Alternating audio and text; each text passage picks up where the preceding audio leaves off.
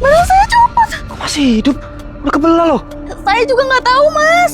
Pas tadi nyebrang, saya jatuh kepleset dan pinggang saya kegilas motor. Selesai juga jahit badannya. Baru ini, keajaiban di dunia medis, kelainan saraf. Maksud?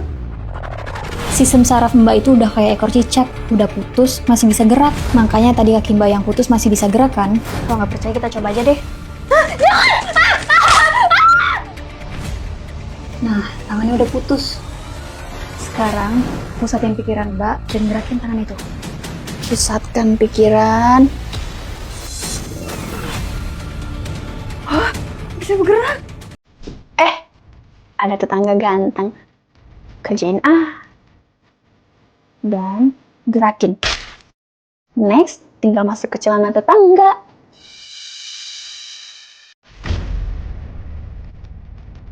Ada serangga, Cok. Sikat. Aduh, apa-apaan ini? Ada tangan. Berbuat apa lagi ya dengan tanganku ini? Bagus banget hadiahnya sayang. Iya dong, perhiasan mahal ini khusus untuk istriku. Selesai banget sih sayang. Janda, apaan lihat? Gak punya suami ya yang kasih hadiah? Oke, aku tahu tanganku ini bisa buat apa. Masih istriku cek lagi. Ayang, ada paket. Aku mau ke kebun dulu ya. Tada! Waktunya tanganku mencuri.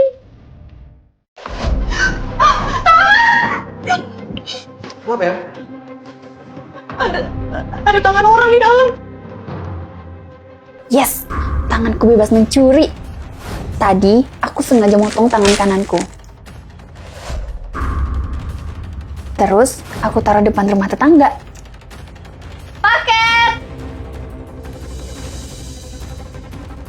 Paket. Mana tangannya? Nggak ada. Tadi ada tangan, seriusan. Tangan kananku pulang. Sini pulang ke mama. PRT, rumah kami kemalingan, Pak. Waduh, ada lihat wajah pelaku nggak? Saya yakin pelakunya nggak pakai wajah, Pak. Dia cuman potongan tangan doang. Maksudnya? Dia potongan tangan, tapi bisa bergerak sendiri. Saya yakin, pasti dia pencurinya. Jangan bercanda kamu. Dia nggak bercanda, Pak. Kemarin saya juga kemalingan, pelakunya potongan tangan. Di rumah tetangga satu itu, tanganku hampir ketangkep. Izin bertanya, rumah Mbak ada kemalingan? Nggak ada tuh, rumah saya aman-aman aja. Saya ke pasar dulu ya. Maaf, ada yang ingat ciri-ciri tangannya gimana? Misalkan ada bekas lukanya gitu? Yang saya ingat sih, tangan itu pakai kutek merah. Bener, kutek merah. Kutek merah?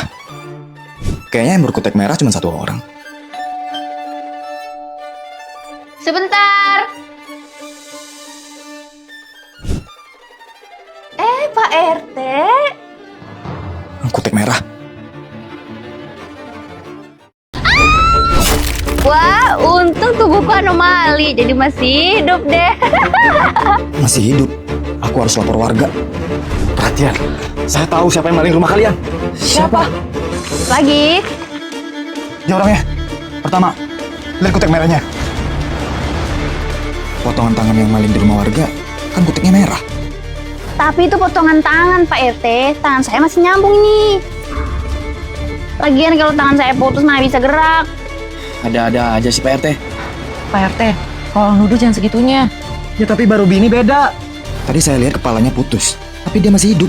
Pak RT yang menjebak aku. Demi Allah, Mbak Ruby pasti pasang ilmu hitam buat bongkar pasang tubuh. Anjay, makin aneh tuduhannya. Kalau memang saya pakai ilmu hitam, silakan doain saya. Percikin saya pakai air suci. Bebas!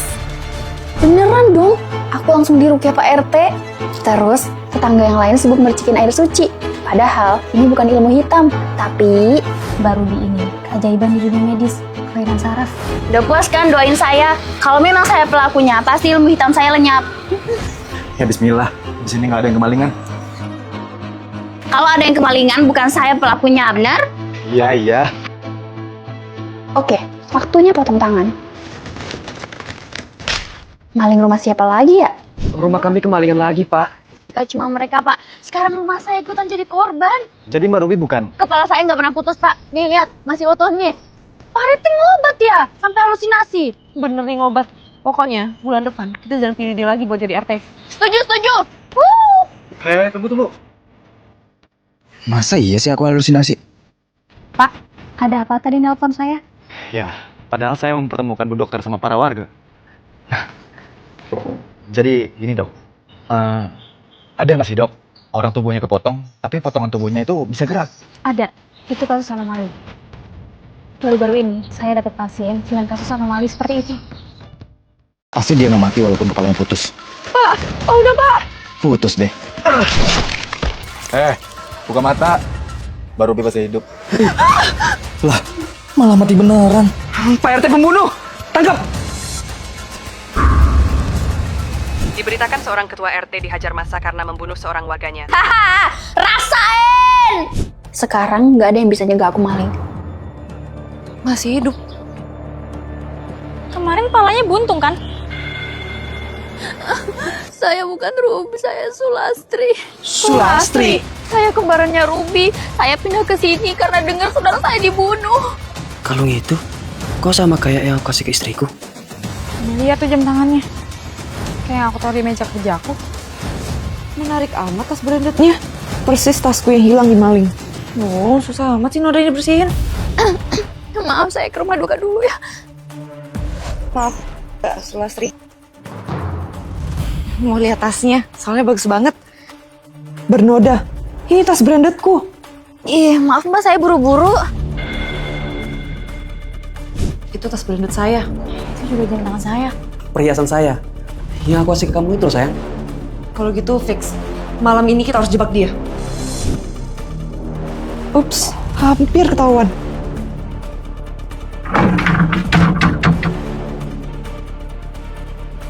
Kalau di rumah siapa lagi ya?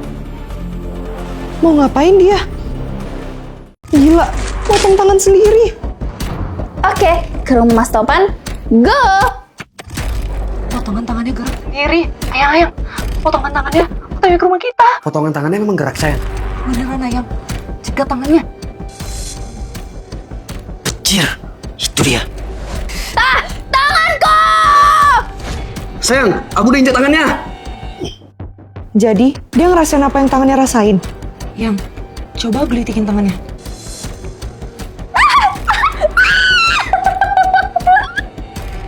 Yang, bawa tangannya ke dapur. Bakar. Makan nih api. Kok tangan kananku nggak pulang-pulang ya? Pagi Mbak Ruby. Mana tuh tangan kanannya? Kemarin saya kecelakaan, terus diamputasi. Loh, kok dipanggil Mbak Ruby nyaut? Bukannya nama Mbak. Saya bukan Ruby, saya Sulastri. Oh, saya udah biasa dipanggil Ruby dari kecil. Soalnya kan orang kalau manggil suka ketuker-tuker. Mbak tahu nggak tangan siapa yang ada di kasus ini? Tanganku! Tek merahnya sama kayak Mbak Ruby tuh. Oh, nggak tahu ya itu tangan siapa. Itu tangan yang maling rumah kita kayaknya. Bener banget. Ayo kita gebukin. Tanganku!